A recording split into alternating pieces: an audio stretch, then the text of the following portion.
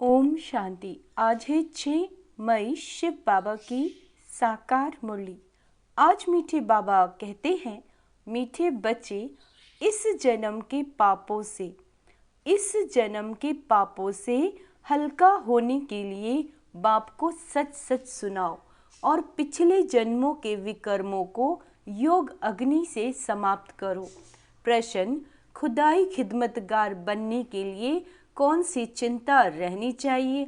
उत्तर: हमें याद की यात्रा पर रहकर पावन जरूर बनना है। पावन बनने का फुरना रहना चाहिए, यही मुख्य सब्जेक्ट है। जो बच्चे पावन बनते हैं वही बाप के खिदमतगार बन सकते हैं। बाप अकेला क्या करेगा? इसीलिए बच्चों को श्रीमत पर अपने ही योग बल से विश्व को पावन बनाकर पावन राजधानी बनानी है। पहले स्वयं को पावन बनाना है। ओम शांति। यह तो ज़रूर बच्चे समझते हैं। हम बाबा के पास जाते हैं रिफ्रेश होने के लिए, वहाँ सेंटर पर जब जाते हैं तो ऐसे नहीं समझ सकते। तुम बच्चों की बुद्धि में है, बाबा मधुबन में है। बाबा की मुरली चलती ही है बच्चों के लिए। बच्चे समझेंगे हम जाते हैं मधुबन में मुरली सुनने। मुरली अक्षर श्री कृष्ण के लिए समझ लिया। मुरली का अर्थ कोई और नहीं है। तुम बच्चों को अब अच्छी तरह से समझ आई है ना? बाप ने समझाया और तुम फील करते हो बरोबर। हम बहुत बेसमझ बन पड़े थे, ऐसे कोई भी अपने को समझते नहीं। यहाँ जब आते हैं तब निश्चय बुद्धि होते हैं बरोबर। हम बहुत बेसमझ बन गए थे। तुम सतयुग में कितने समझदार विश्व के मालिक थे। कोई मूर्ख थोड़े ही विश्व का मालिक बन सकते हैं। क्या कह रहे हैं बाबा? कोई मूर्ख थोड़े ही विश्व के मालिक बन सकते हैं। ये लक्ष्मी नारायण विश्व के मालिक थे, इतने समझदार थे, तब तो भक्ति मार्ग में पूजे जाते हैं। जड़ चित्र कुछ बोल तो नहीं सकते। शिव बाबा की पूजा करते हैं, वह कुछ बोलते हैं क्या? शिव बाबा एक ही बार आकर बोलते हैं। पूजा करने वालों को भी पता नहीं कि यह ज्ञान सुनाने वाला बाप है। श्री कृष्ण के लिए समझते हैं उसने मुरली चलाई बजाई। जिसकी पूजा करते उनके ऑक्यूपेशन बिल्कुल नहीं जानते तो यह पूजा आदि निष्फल ही हो जाएगी। जब जानते ही नहीं ईश्वर को तो बाबा कहते हैं जो ये पूजा कर रहे हैं वो निष्फल हो जाएगी जब तक बाप आए। तुम बच्चों में कईयों में वेद शास्त्र आदि कुछ भी पढ़े नहीं हैं। अब तुम्हें एक सत्य बाप पढ़ा रहे हैं। तुम समझते हो बरोबर सच्चा पढ़ाने वाला एक ही बाप है।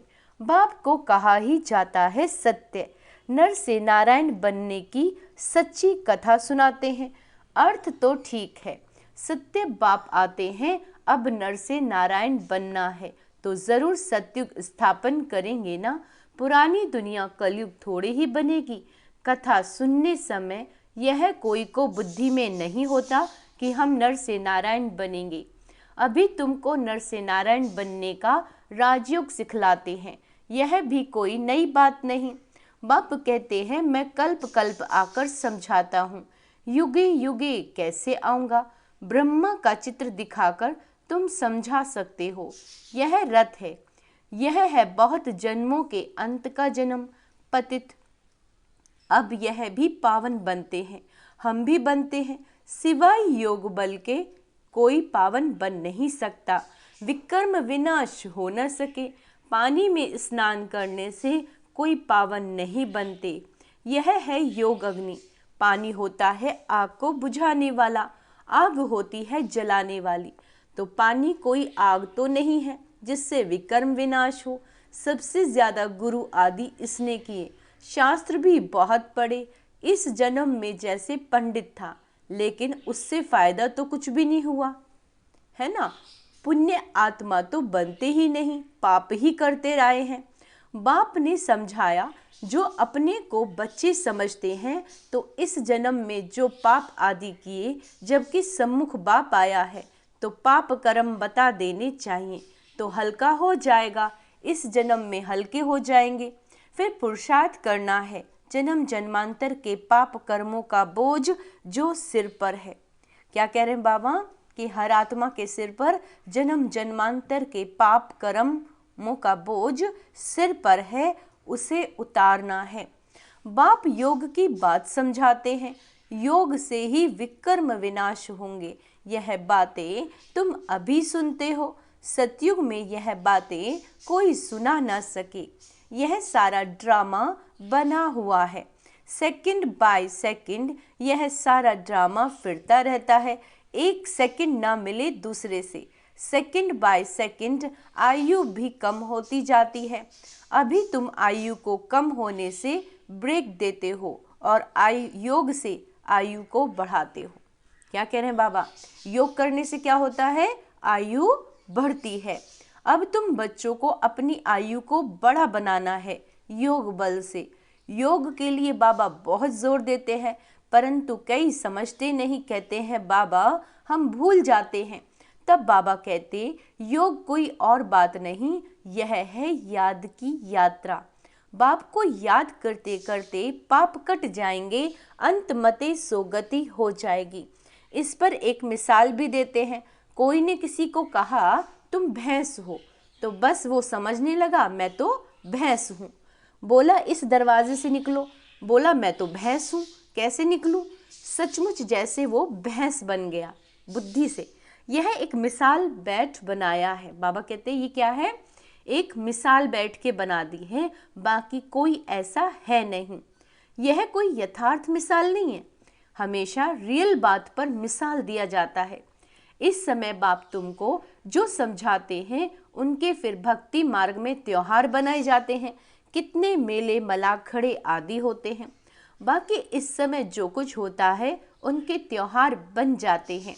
तुम यहाँ कितने स्वच्छ बनते हो, मेले मलाखड़े में तो कितने मैले होते हैं। शरीर को मिट्टी मलते हैं, समझते हैं पाप मिट जाएंगे। बाबा का खुद यह सब किया हुआ है। नासिक में पानी बहुत गंदा होता है, वहाँ जाकर मिट्टी मलते, समझते हैं पाप विनाश हो जाएंगे। फिर उस मिट्टी को साफ करने के लिए पानी ले आते हैं। बाबा कहते विलायत में बड़े महाराजा आदि जाते थे तो गंगा जल का मटका साथ ले जाते थे, फिर स्टीमर में वही पानी पीते थे। आगे एरोप्लेन मोटर आदि थे नहीं। 100-150 वर्ष में क्या क्या बन गया है। सतयुग आदि में ये साइंस आदि काम आती है। कहाँ काम आएगी ये साइंस? सतयुग में। वहाँ तो महल आदि बनाने में देरी नहीं लगती। अभी तुम्हारी बुद्धि पारस बुद्धि बनती है तो सब काम सहज कर लेती है। जैसे यहाँ मिट्टी की ईंटें बनती हैं, वहाँ सोने की होती हैं। इस पर माया मच्छंदर का खेल भी दिखाते हैं। यह तो उन्होंने नाटक बैठ बनाए हैं दिखाने के लिए। बरोबर स्वर्ग में सोने की ईंटें हैं, उसको कहा ही जाता है गोल्डन एज, इसको कहा जाता है आयरन एज। स्वर्ग को तो सभी याद करते हैं, चित्र भी उन्हों के कायम हैं, कहते भी हैं आदि सनातन धर्म। फिर हिंदू धर्म कह देते हैं, देवता के बदले हिंदू कह देते, क्योंकि विकारी हैं तो देवता कैसे कहें। तुम कहाँ भी जाते हो यह समझाते हो, क्योंकि तुम हो मैसेंजर। हम क्या हैं? मैसेंजर, पैगंबर। बाप का परिचय हर एक को देना है। कोई झट समझेंगे कि बरोबर तुम ठीक कहते हो, दो बाप बरोबर हैं। कोई कह देंगे परमात्मा तो सर्वव्यापी है। तुम समझते हो एक से हद का वर्षा मिलता है, पारलौकिक बाप से बेहद का वर्षा मिलता है 21 जन्म के लिए। यह ज्ञान भी अभी है, वहाँ ये ज्ञान नहीं रहता। संगम पर ही वर्षा मिलता है, जो फिर 21 पीढ़ी जन्म बाई जन्म तुम राज्य करते हो। तुम सारे विश्व के मालिक बनते हो। यह तुमको अभी मालूम पड़ा है। जो पक्के निश्चय बुद्धि हैं उनको कोई संशय उठाने की बात ही नहीं। बेहद के बाप से बेहद का वर्षा मिलता है। शिव बाबा आएंगे तो जरूर कुछ वर्षा देते होंगे। इसीलिए बाबा कहते यह बैज बहुत अच्छा है, इसे सदा लगा कर रखना।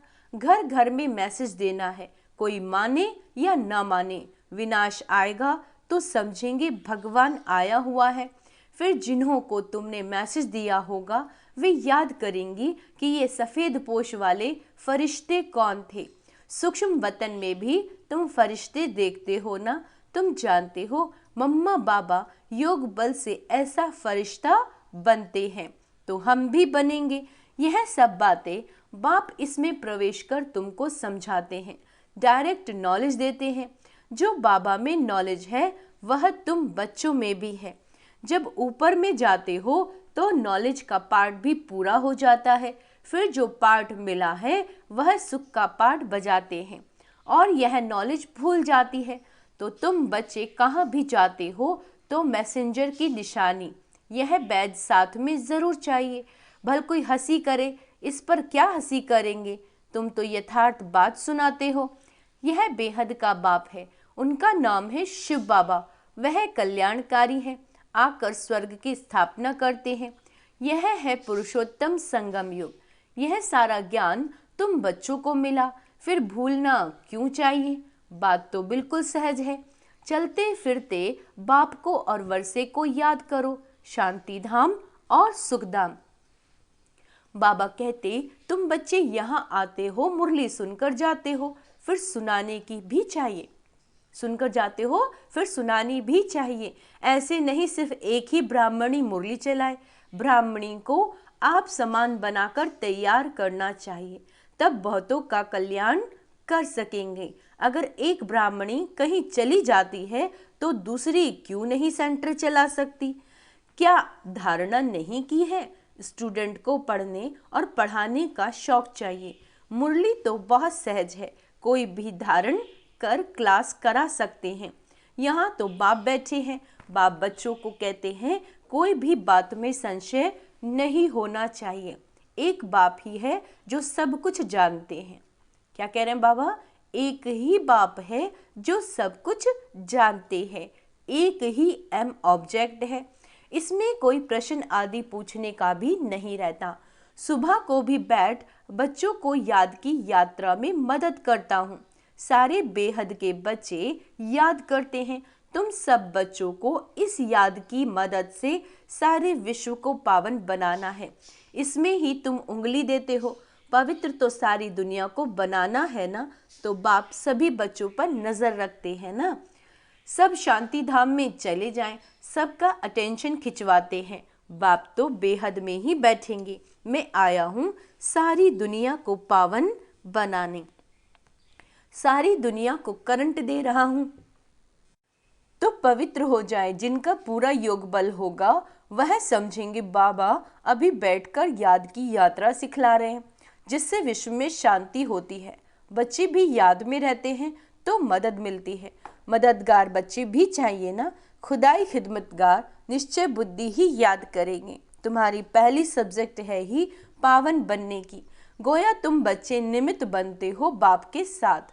बाप को बुलाते ही हैं, हे पतित पावन आओ। अब वह अकेला क्या करेगा? खिदमतगार चाहिए ना। तुम जानते हो हम विश्व को पवित्र बनाकर फिर सारे विश्व पर राज्य करेंगे।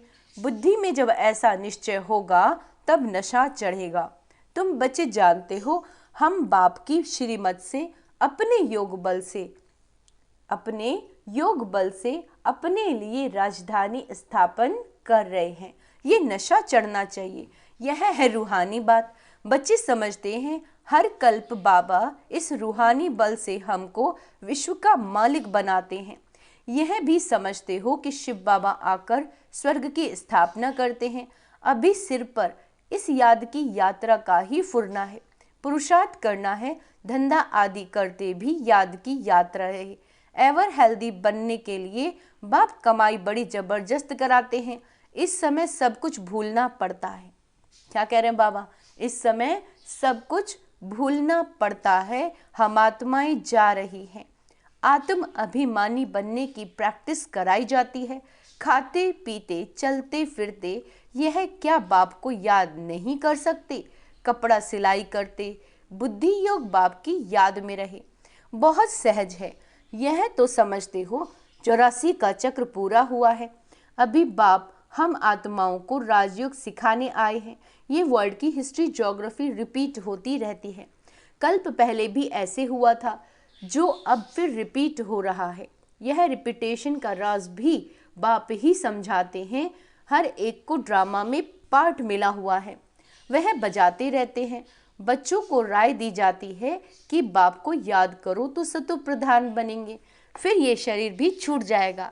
तुम्हारी बुद्धि में अब यही है कि हम आत्मा सतो प्रधान बने, क्योंकि वापस घर जाना है। सतयुग में ऐसे नहीं कहेंगे, वहाँ तो कहेंगे एक पुराना शरीर छोड़ दूसरा लेना है। वहाँ तो दुख की बात ही नहीं, यहाँ यह दुख धाम है। पुराने शरीर हैं तो समझते हैं इनको छोड़ अब वापस अपने घर जाए। बाप को निरंतर याद करना है। वह निराकार बाप ही ज्ञान का सागर है, वही आकर सबकी सद्गति करते हैं। बाप कहते हैं साधुओं का भी उद्धार करता हूँ। तुम अब एक बाप से योग लगाओ। तुम सब आत्माओं को बाप से वर्षा लेने का हक है। क्या कह रहे हैं बाबा? तुम सब आत्माओं को बाबा से वर्षा लेने का हक है। अपने को आत्मा समझते ही अभिमानी बनो। बाप को निरंतर याद करो तो पाप कटते जाएंगे निरंतर। अच्छा, मीठे मीठे सिकीला दे बच्चों प्रति माता पिता बाप दादा का याद प्यार और गुड मॉर्निंग। रूहानी बाप की रूहानी बच्चों को नमस्ते। हम रूहानी बच्चों की रूहानी बाप दादा को याद प्यार गुड मॉर्निंग नमस्ते। मीठू बाबा शुक्रिया, बाबा शुक्रिया। बाबा कहते मुरली सुनकर फिर सुनानी है, पढ़ने के साथ साथ पढ़ाना भी है। ठीक है, पढ़ने के साथ साथ पढ़ाना भी है। कल्याणकारी बनना है, बैज मैसेंजर की निशानी है, ये सदा लगाकर रखना है। विश्व में शांति स्थापन करने के लिए याद की यात्रा में रहना है। जैसे बाप की नज़र बेहद में रहती है, सारी दुनिया को पावन बनाने के करंट देते हैं, ऐसे फॉलो फादर कर मददगार बनना है। वरदान कर्म और योग के बैलेंस द्वारा। कर्म और योग के बैलेंस द्वारा कर्मतीत स्थिति का अनुभव करने वाले कर्म बंधन मुक्त भव।